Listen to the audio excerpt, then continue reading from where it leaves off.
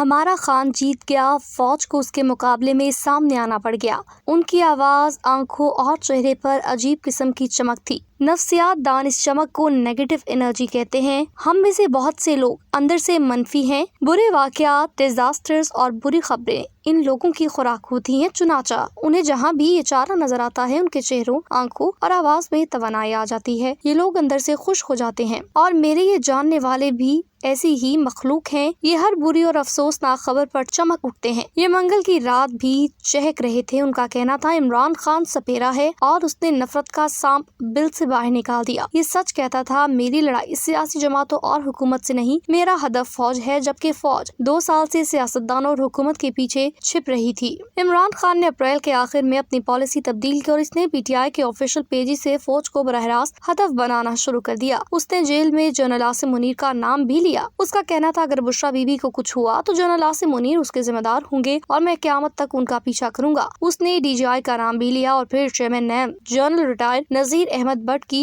Uniform में तस्वीर लगाकर नामुनासिब अलकाबात से भी नवाजा। इमरान खान ने 9 मई को पूरे मुल्क में एहतजाजी जलसे करने का ऐलान भी कर दिया और उसने मौलाना फजलुर रहमान और महमूद खान अचकजई को भी साथ मिला लिया। चुनाचा फौज प्रेशर में आकर प्रेस कॉन्फ्रेंस करने पर मजबूर हो गई और अब इमरान खान अकेला इस्लामी दुनिया की 5वीं बड़ी और एटमी फौज के सामने खड़ा है। मेरा कप्तान टीपू सुल्तान की तरह गीदड़ की 100 साला जिंदगी को शेर की एक दिन की जिंदगी पर वार देगा। आप अब तमाशा देखना। इमरान खान में बेशुमार खूबियां हैं। ये गिव अप नहीं करता। हालात ख्वाह कितने ही नासाज क्यों ना हो, वो अपने मौकिफ पर डटा रहता है, मायूस नहीं होता। उसने जेल भी काट कर दिखा दी। मेरे समेत 99% लोगों का ख्याल था, इमरान खान जेल नहीं काट सकेगा, ये टूट जाएगा, माफी मांगेगा। लेकिन उस शख्स ने जेल को वाकई अपना घर बनाकर सबको हैरान कर दिया। 8 फरवरी के इलेक्शन में भी इमरान खान ने इंतखाबी निशान और उम्मीदवारों के बगैर मेला लूट लिया, नई तारीख रकम कर दी। लेकिन हम जब इमरान खान के जिद को देखते हैं तो उनकी ये सारी खूबियां उसके सामने बोनी महसूस होती हैं। इमरान खान को उसकी जिद खा रही है। ये अगर अकेला इसका शिकार होता तो शायद इतना नुकसान ना होता, लेकिन अलमिया ये है कि पूरी कौम इस बेकार जिद का लुकमा बन रही है। मुल्क इसका शिकार बन चुका है। इमरान खान को इक़्तिदार का जैकपॉट मिला था, लेकिन उसने 3.5 बरसों में इसे बुरी तरह बर्बाद किया। खान ने 12 करोड़ लोगों का सूबा उस्मान बुज़दार के हवाले किया और आखिरी वक्त तक ख्वाजा सरा के साहिब औलाद होने का इंतजार करता रहा। KP में महमूद खान उनका शाहकार था और इस शख्स ने सूबे के साथ साथ पार्टी का जनाजा निकाल दिया। इमरान खान ने नरेंद्र मोदी से लेकर प्रिंस मोहम्मद बिन Salman, Joe Biden, Tayyab Erdogan और महातीर तक से बिगाड़ ली। काबीना में रोज तब्दीली होती थी। कलमदान इधर से उधर और उधर से इधर आते, देर नहीं लगाते थे। वो 3.5 साल अपोजिशन को इबरत की निशानी बनाने के चक्कर में बर्बाद हो गए और आखिर में जब ये बर्बादी फौज के दरवाजे तक पहुंची और फौजी क़यादत को ये महसूस होने लगा ये हमारा सिस्टम भी बर्बाद कर देगा, तो उस 125 ने अपना हाथ खींच लिया और यूं गवर्नमेंट चली गई। इमरान खान के पास इस वक्त कौमी असम्बली में सीटें मखसूस नशिस्तें निकाल कर सेनेट में अक्सरियत थी। पंजाब, KP, कश्मीर, गिलगित बल्तिस्तान में उनकी हुकूमतें भी थी। ये लोग अगर सब्र कर लेते तो PDM की हुकूमत 2 माह नहीं निकाल सकती थी और यूं इमरान खान दोबारा हुकूमत बना लेते या फिर नए इलेक्शन हो जाते। लेकिन इमरान खान ने जिद में आकर कौमी असम्बली से इस्तीफे दिए। आखिर में पंजाब और KP की हुकूमतें भी तोड़ दी और यूं PDM और एस्टेब्लिशमेंट दोनों मजबूत हो गए। इमरान खान जिस दिन ठंडे दिल से सोचेगा ये मानने पर मजबूर हो जाएगा। उन्हें 9 मई जैसी हमाकत नहीं करनी चाहिए थी। आपको कोर कमांडर हाउस जाने की क्या जरूरत थी? आपको GHQ पेशावर और रेडियो स्टेशन पर हमलों की क्या जरूरत थी? आप पुरअमन एहतजाज करते। चीफ जस्टिस वैसे भी गुड टू सी यू के साथ आपका इंतजार कर रहे थे, मगर इमरान खान के सर पर इमाम ख़ुमैनी बनने का भूत सवार था। उसका ख्याल था कि उसके कारकुन फौजी तंजीबात पर हमले करते चले जाएंगे, लोग हजारों से करोड़ों में बदल जाएंगे और ये आखिर में पुलिस लाइन इस्लामाबाद पर हमला करके मुझे छुड़ा कर ले जाएंगे। इसके बाद हुकूमत और रियासत दोनों दम तोड़ देंगी। लेकिन ये ना हो सका। इमरान खान फंसते चले गए। इमरान खान को किस्मत ने 8 फरवरी 2024 के इलेक्शन की शक्ल में एक और मौका दिया था। अवाम ने उन्हें वोट और सीटें भी दी। ये अगर उस वक्त सीज फायर कर देते, ये फरमा देते कि हम KP में हुकूमत बना रहे हैं और हमारी हुकूमत मैनेजमेंट और एडमिनिस्ट्रेशन में पूरे मुल्क को हैरान कर देगी, हम कौमी असम्बली में भी ऑपोजिशन का किरदार अदा करेंगे। ताहम हमें इलेक्शन के नताइज पर एतराज है और हम ये एतराज लेकर ट्रिब्यूनल में जा रहे हैं। आप यकीन करें, इस एक ऐलान के बाद आज इमरान खान रिहा हो चुके होते और एस्टेब्लिशमेंट के साथ उनके ताल्लुकात भी ठीक हो चुके होते और उस वक्त मियां शहबाज शरीफ घर वापसी का सफर शुरू हो चुका होता। लेकिन इमरान खान की जिद ने उन्हें एक बार फिर आतिशफशानी पहाड़ के दामन में ला खड़ा किया। उनके सर पर लावा गिरने लगा। हमें अब ये मानना बनना होगा। इमरान खान जेल में फ्रस्ट्रेशन का शिकार हैं, ये जानते हैं। एस्टेब्लिशमेंट ने हुकूमत और गैर मुल्की सरमायाकारों को यकीन दिला रखा है इमरान खान जेल से बाहर नहीं आएंगे, मुल्क में अफरा तफरी नहीं होगी, सड़कें भी दोबारा ब्लॉक नहीं होंगी। ये जानते हैं हुकूमत कमजोरी के बावजूद ठीक परफॉर्म कर रही है। स्टॉक एक्सचेंज ने रिकॉर्ड तोड़ दिए, गैर मुल्की सरमायाकार आ रहे हैं, ये सरमायाकारी कर रहे हैं। IMF भी मुल्क को सपोर्ट कर रहा है, महंगाई भी कम हो रही है, अब इंडस्ट्री भी चलना शुरू हो चुकी। ये जानते हैं ये सिलसिला अगर मजीद 6 माह चल गया तो मुल्क की सम दुरुस्त हो जाएगी और इकोनॉमी टेक ऑफ कर जाएगी। ये जानते हैं उनकी पार्टी भी आपस में तकसीम हो चुकी है। नजरियाती सियासतदान वुकला की नई लौट को पसंद नहीं कर रहे, पार्टी बनाने वाले बाहर बैठकर तमाशा देख रहे हैं, जबकि शेर अजल मरवत जैसे लोग मजे कर रहे हैं। और ये लोग नहीं चाहते कि मैं बाहर आऊं, क्योंकि अगर मैं बाहर आ गया तो उनकी अहमियत खत्म हो जाएगी। चुनाचा ये जानते हैं मेरे पास यही 3-4 महीने हैं, मैं अगर आज बाहर ना आया तो मैं फिर 5 साल बाहर नहीं आ सकूंगा और 5 बरसों के बाद रावी क्या लिखता है और कैसे लिखता है उसके बारे में कुछ नहीं कहा जा सकता। लिहाजा इमरान खान ने फ्रस्ट्रेशन में 7 मई कर दिया। उनके लोगों का ख्याल है हमने फौज को एक्सपोज कर दिया, हमने उन्हें बाहर निकलकर अपने सामने खड़े होने पर मजबूर कर दिया, जबकि मामला बिल्कुल उलट है। फौज ने एक प्रेस कॉन्फ्रेंस की और इसके जवाब में PTI ने ट्विटर ट्रेंड बनाकर और जवाबी प्रेस कॉन्फ्रेंस करके साबित कर दिया उनकी लड़ाई फौज से है। ये फौज को हर सूरत शिकस्त देना चाहते हैं। चुनाचा फिर नुकसान किसका हुआ, इमरान खान या फौज का? मुझे लड़ाई फैलती हुई नजर आ रही है, अदलिया भी इसमें दाखिल हो चुकी है और अगर ये ना रुकी तो खतरा है जंग खुदा न खास्ता मुल्क को 1971 तक ना ले जाए। अगर हम एक बार फिर वहाँ चले गए तो फिर हमारी वापसी मुमकिन नहीं होगी। लिहाजा होश की जरूरत है। इनिशिएटिव सिर्फ इमरान खान को लेना चाहिए, उसे थोड़ा सा पीछे हटकर मुल्क के बारे में सोचना है। एस्टेब्लिशमेंट किसी फर्द का नाम नहीं, ये पूरा इदारा या कई इदारों पर मुश्तमिल है। एक जाएगा तो दूसरा आ जाएगा, फिर वही करेगा जो पिछला करता रहा। लिहाजा ये जंग कभी खत्म नहीं हो सकेगी। खान को चाहिए जिद की कुर्बानी देकर पार्टी, मुल्क और अपने आप को बचा ले। जिद से आज तक किसी को कोई फायदा ना हुआ, ये बिल आखिर इमरान खान को भी जलाकर राख कर देगी, उनके हाथ भी कुछ नहीं आएगा।